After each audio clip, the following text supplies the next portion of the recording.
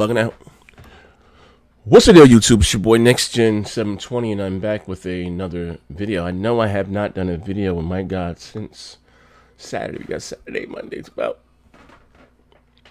3 days. Well, this would have been a third day, but I'm back at it, man. For those who don't know, a lot of you guys do know, I have allergies into the 15th power, and as I've gotten older, I've developed asthma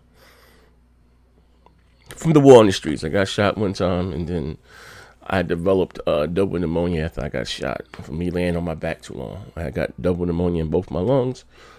Another story in its entirety, but ever since that, in 2015, I believe, I've had problems with asthma. Now, with that being said, so that's why I didn't mean to take a hiatus for a couple of days, but like I said, I really felt horrible. Just went back to the doctor today, got me a shot, got me a depot shot, steroid for my allergies, got some new medicine, some steroids. I can't get, that's why I gained so much damn weight. These damn steroids, man. But anyway, I got a lot of scar tissue around my lungs. But neither here nor there, let's get into today's video, right? Listen also to, if you're not following me on social media, well, you know, my Twitter, my Twitch, the Discord, if you want to sign up for the Patreon, for as little as $2, all that stuff is to be down below. You get a lot of behind the scenes things that takes place here on this dog shit channel. Now, with that being said, there's been a lot of talk about who's going to have the more powerful console next generation. It's going to be the PlayStation 5. It's going to be Project Scarlett. Some developers are suggesting from the early on the dev kits that the PS5 is indeed more powerful than the Xbox Scarlett. Everyone's talking about it, but this may be for several reasons, right? Hear me out. The reason why, from what I'm hearing, that the PS5 dev kits are indeed more powerful than Microsoft's dev kits is because Sony's far along, they're far ahead along than with Microsoft. And hear me out. I'm gonna come back to them. I'm just saying, I got to give you guys the pros and the cons, right? So much talk. Even Penello chose to weigh in on it, and he no longer works for Microsoft, so I can say he doesn't really have a dog in this fight. But check it out though.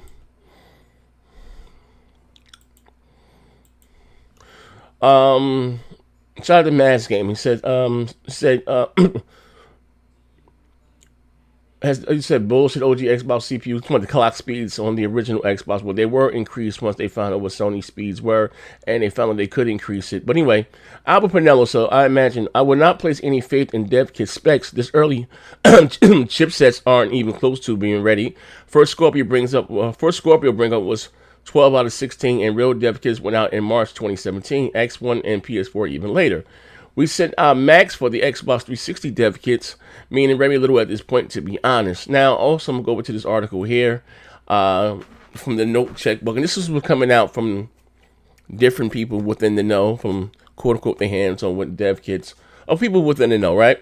But this looks like, from what they're saying, is that Microsoft is supposed to be using a generational leap ahead as far as what Sony is using, as far as when it comes to their tech. This is 8-core. Microsoft is going with a 12-core 7-nanometer custom AMD Zen 2 chip. They said Sony is using an 8-core 7-nanometer custom AMD Zen 2. You know what I mean? One is clocked at 3.2 gigahertz, the other one's clocked at 3.4, supposedly. You know what I mean? Both of them are custom AMD Radeon. This one has 56 compute units, which is in the PlayStation 5. The Xbox Scarlett is supposed to have 80 compute units. One comes in at the PS5 tips in at about 13 T-flops, and the Xbox Scarlett tips in at about 14.3 T-flops. You know what I mean? Again, don't get me wrong. Power is important. I'm not going to sit there and say that power is not important, because it is. I'm not even going to say that, right?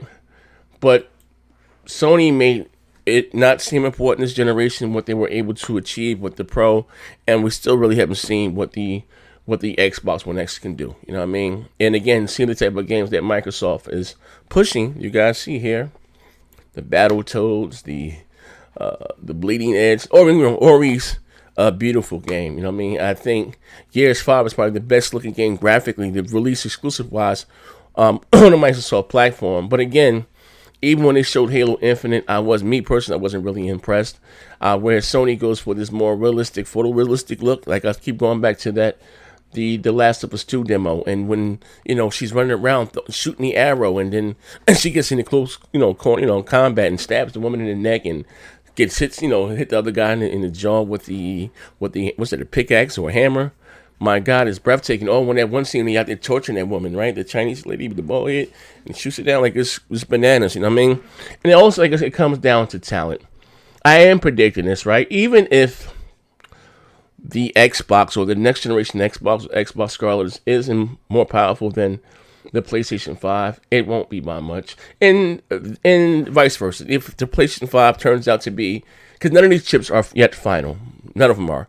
You know what I mean? We have even about a year and a half away before these consoles releases, so a lot can change. You know what I mean? So Sony might end up coming up at the last minute like they did with the PlayStation 4.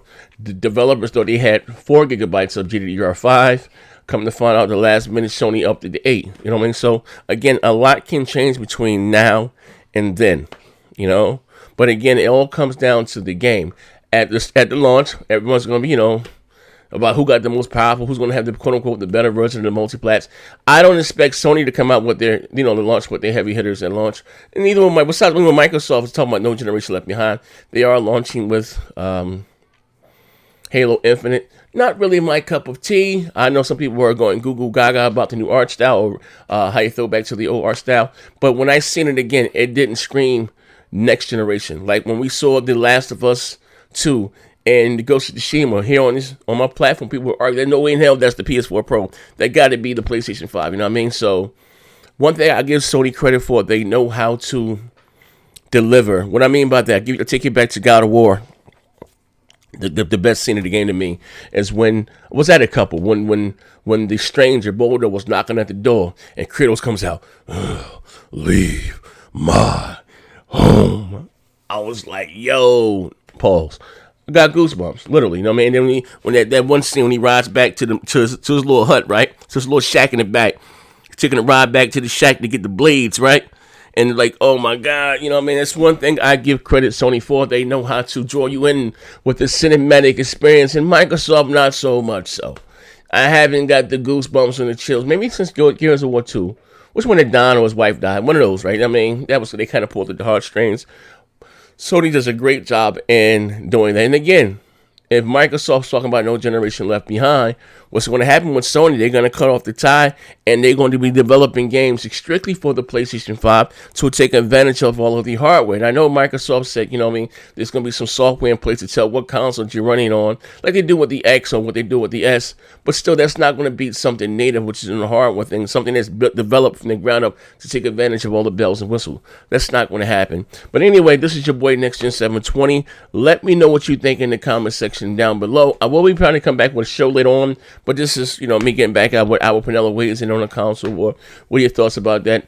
Are you excited? Who do you think is going to have the most powerful console next generation? Or does power again even matter? Is it all about quote unquote the games? But listen, I want my cake and eat it too. I told you guys I'm a very shadow man.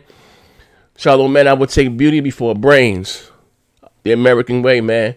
Fast cars, apple pies, and bitches with fat asses. This is your boy NextGen720. I'm out of here, man. But yeah, man. I can't wait. I'm out of here.